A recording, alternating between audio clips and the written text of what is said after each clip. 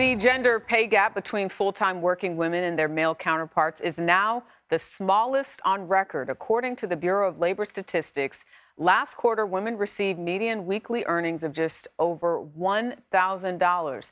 In comparison, men's earnings amounted to $1,185. That means full-time female workers are making about 84% of what men are making. For more on this, let's bring in Julia Pollak. She's a chief economist at ZipRecruiter. Julia, thank you for joining us.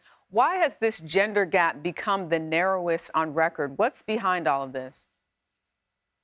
So I would point to four long-term trends.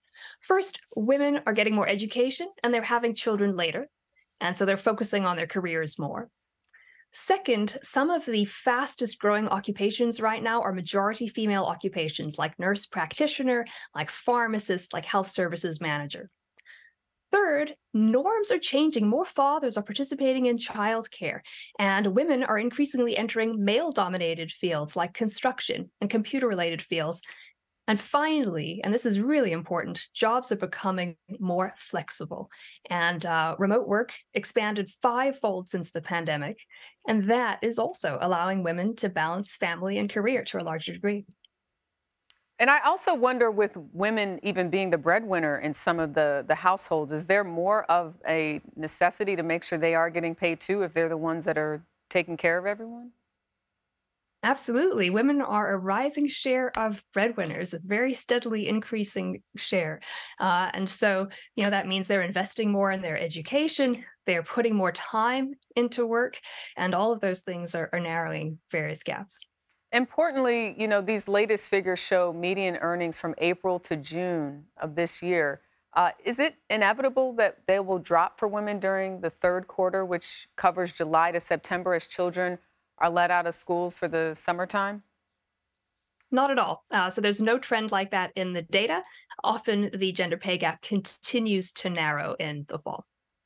Women are still, though, making approximately 16% less than their male counterparts, and we know that that's even less for women of color. What needs to be done to narrow the gender pay gap even further? Well, one thing that'll help is just the passage of time. So while that gap is 16 cents for workers overall, it's only 6 cents for the youngest workers, aged 16 to 24. The younger generations of women are seeing themselves as career women first, and they are demanding to be treated equally in the workplace. So as older workers with much larger gaps, 22 cents, retire and leave the workforce and younger generations become the majority, part of this will take care of itself. But policy, of course, could play a huge role. Increased paid family leave and increased subsidies for childcare could also make a huge difference. How important is speaking up when talking about narrowing this gap? Because a lot of times people don't even know that there's such a difference when you hear what your male counterparts are making and you go, oh, wow, there's a significant difference here. How much of people speaking up and speaking out has contributed to where we are today? I'm just thinking about the women's soccer, Mhm. and the advancements that they've made, but it took years. I think the first thing that's important is getting informed. My favorite study on the gender pay gap was done by an economist at MIT, and she looked at what women were asking to be paid in online platforms for freelance engineers. And what she found was that there was a large gap in that ask pay, the amount of pay that women were demanding for the same jobs.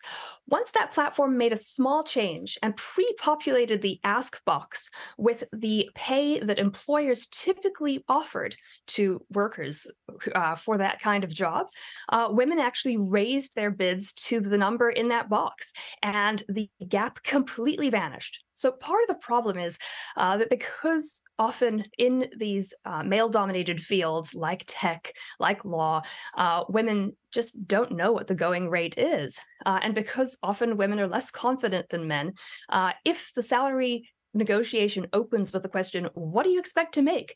Women often say, well, I'd be happy with, say, 60,000 a year, whereas a man might march right in and say, I'd like 120,000 a year, please. So getting informed first, knowing what the pay is in that role is crucial so that you can negotiate and put your best foot forward. Absolutely. The more you know, you got to get that dough. Julia Pollak, thank you so much. Thanks, Jerika.